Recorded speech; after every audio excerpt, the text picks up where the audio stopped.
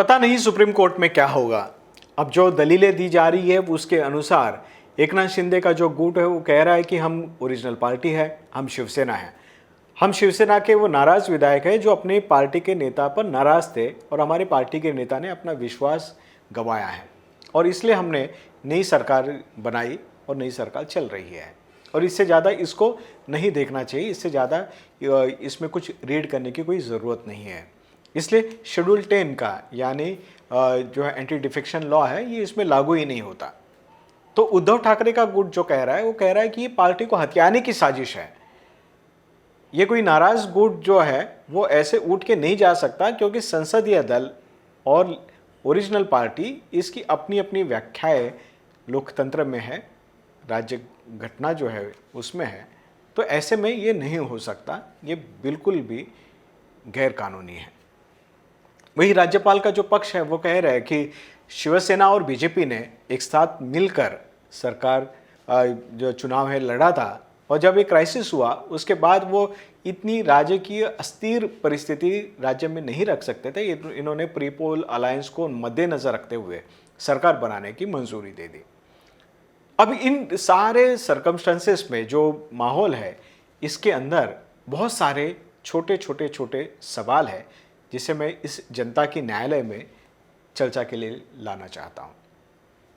क्या ये सारे जितने भी लोग हैं जो इस सिस्टम में बैठ के या तो सुप्रीम कोर्ट में चर्चा कर रहे हैं या फिर राजनीतिक गलियारों में चर्चा कर रहे हैं, क्या वो इतने इनोसेंट है कि उनको पता नहीं कि कानून के प्रावधान क्या है?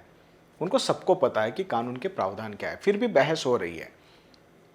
जो सर्कमस्टेंसेस है, जो गतिविधियां हमने देखी है उसके अनुसार तो एकनाथ शिंदे नाराज होकर बाहर निकले, सूरत गए, सूरत से गुवाहाटी गए, वहां से गोवा गए और इन्होंने अपना अलग गुट बनाया। उन्होंने सरकार गिराई, सरकार ने समर्थन खोया, इसलिए उद्धव ठाकरे ने फ्लोर टेस्ट के लिए जाने से मना कर दिया, इस्तीफा दे दिया। राज्यपाल ने उनको एक दिन की मोहलत दी थी कि आप फ्लोर टेस्ट दीजिए।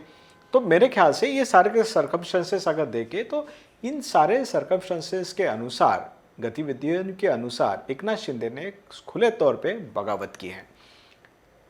अब एकनाथ शिंदे क्या ऐसे कुटिल नेता है जो अपनी पार्टी की सरकार को गिराएंगे? क्या वो ऐसे बड़े राजनीतिज्ञ है कि जो जानते हैं कि अब मैं बाहर निकलूंगा तो मैं एक अलग पार्टी की नींव रखूंगा या फिर शिवसेना को अपने कब्जे में लेके उसको बढ़ाऊंगा? उनके सामने ऐसा कोई एजेंडा नहीं है। उनके सामने शिवसेना बढ़ाने का कोई एजेंडा नहीं है। उनके सामने एक ही एजेंडा था कि शिवसेना के नाराज लोग हैं, उनको पैसा नहीं मिल रहा था, वो पैसा ना मिलने की वजह से जो नाराज गुट है उसको लेके उन्होंने अपनी सरकार बनाई या फिर उनको एक न्याय दिलवाया।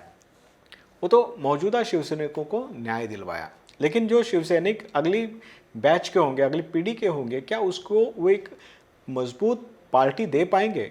मुझे लगता है कि यहाँ पे वो कोई कुशल राजनीतिज्ञ नहीं है, तो इसके वजह से शायद उनके पास में वो स्ट्रैटेजी नहीं है। हालांकि वो पार्टी पे कब्जा तो बना सकते हैं क्योंकि मशीनरी महाशक्ति उनके साथ में है, लेकिन फिलहाल जो गतिविधियाँ देख रही है ये एकनाथ शिंदे के इस पूरे बगावत के बाद में हमने जेपी नड्डा का एक बाइट सुना था, भाषण सुना था, जिसमें उन्होंने तमाम जो प्रादेशिक पार्टियां हैं और घरेलू पार्टियां हैं उनके बारे में कहा था कि ये सारी घरेलू पार्टियां हैं और एक ख़त्म हो जाएगी, एक ही बीजेपी पार्टी रहेगी। और साफ तौर पे शिवसेना के बारे में उन्होंने कहा कि शिवसेना समाप्ति की ओर है। इस सुनने के बाद एकनाथ शिंदे बीजेपी गवर्नमेंट से बाहर निकलने चाहिए थे क्योंकि उन्होंने शिवसेना बचाने के लिए ये सारी कवायद की है। लेकिन जिस पार्टी के साथ में उन्होंने बैठ के सरकार बनाई है वो खुद कह रहे कि शिवसेना समाप्ति की ओर है। अब जो पार्टी आपकी पार्टी को खत्म करना चाहती है उसके साथ में आप बैठ के एक स्टेबल गवर्नमेंट देने की बात कर रहे हैं। मेरे ख्याल से एकनाथ शिंदे को पॉलिटिकल ज्ञान जो है वो थोड़ा कम है, इमोशनल ज़्यादा है। वो ज़्यादा इमोशनल आदमी है, मैं उनको जानता हूँ, वो इमोशनल आदमी है, वो इमोशंस पे चलते हैं और शायद उन्होंने अपने विधायकों के दुखड़े सुन के उन्होंने फैसला लिया होगा। लेकिन अब बहुत सारे सवाल हैं कि बीजेपी का जो मास्टर प्लान था, गेम प्लान था कि शिवसेना पर कब्जा करना, क्या वो सक्सेसफुल हो जाएगा?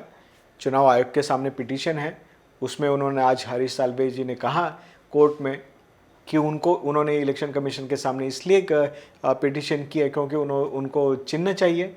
क्योंकि बीएमसी के चुनाव सर पर है। तो मेरे ख्याल से ये चुनाव के वक्त पे शिवसेना ओरिजिनल किसकी है, एक पार्टी में दो गुट नहीं हो सकते, तो किसी एक पार्टी के एक गुट के पास में चिन्ह आना चाहिए, सिंबल आना चाहिए, इसकी ये कवायद है। बीजेपी चाहती है कि उद्धव ठाकरे माइनस शिवसेना बने। बीजेपी चाहती है कि गांधी परिवार माइनस कांग्रेस बने। बीजेपी की ये अपनी एक राजनीतिक सोच है, एक प्लानिंग है। वो चाहती है कि सारी रीजनल पार्टियां खत्म हो जाए और बीजेपी इकलौती पार्टी पूरे देश में बनी रहे। और इसी प्लान के तहत शिवसेना खत्म करने की जो कवायद शुरू हुई है, उसमें एकनाथ शिंदे एक प्यादा बनकर रह गए। अब ये तमाम सुनवाई के बाद में सुप्रीम कोर्ट क्या फैसला देता मुझे पता नहीं, चुनाव आयोग क्या फैसला देता है मुझे पता नहीं, लेकिन हमने देखा है कि ये सारी गतिविधियां कैसे हुई, कितने लोगों पे ईडी की इंक्वायरी बैठी थी, कितने लोगों को अलग अलग तरीके से धमकाया गया था, या फिर उनको शायद ब्राइब भी दिया होगा। खबरें तो बहुत आ रही थी कि 50 करोड़ से लेके आगे पीछे बहुत बड़े आंकड़े इस पूरे व्यवहार में सामने आए हैं, लेकिन जो भी है, मुझे लगता है कि इन तमाम बातों की चर्चा जनता के अदालत में होनी चाहिए। क्या जनता चाहती है कि जिस तरह से महाविकास आघाड़ी एक अननेचुरल अलायंस बना था, उसी तरह से महाराष्ट्र में फिर एक इलीगल गवर्नमेंट बने?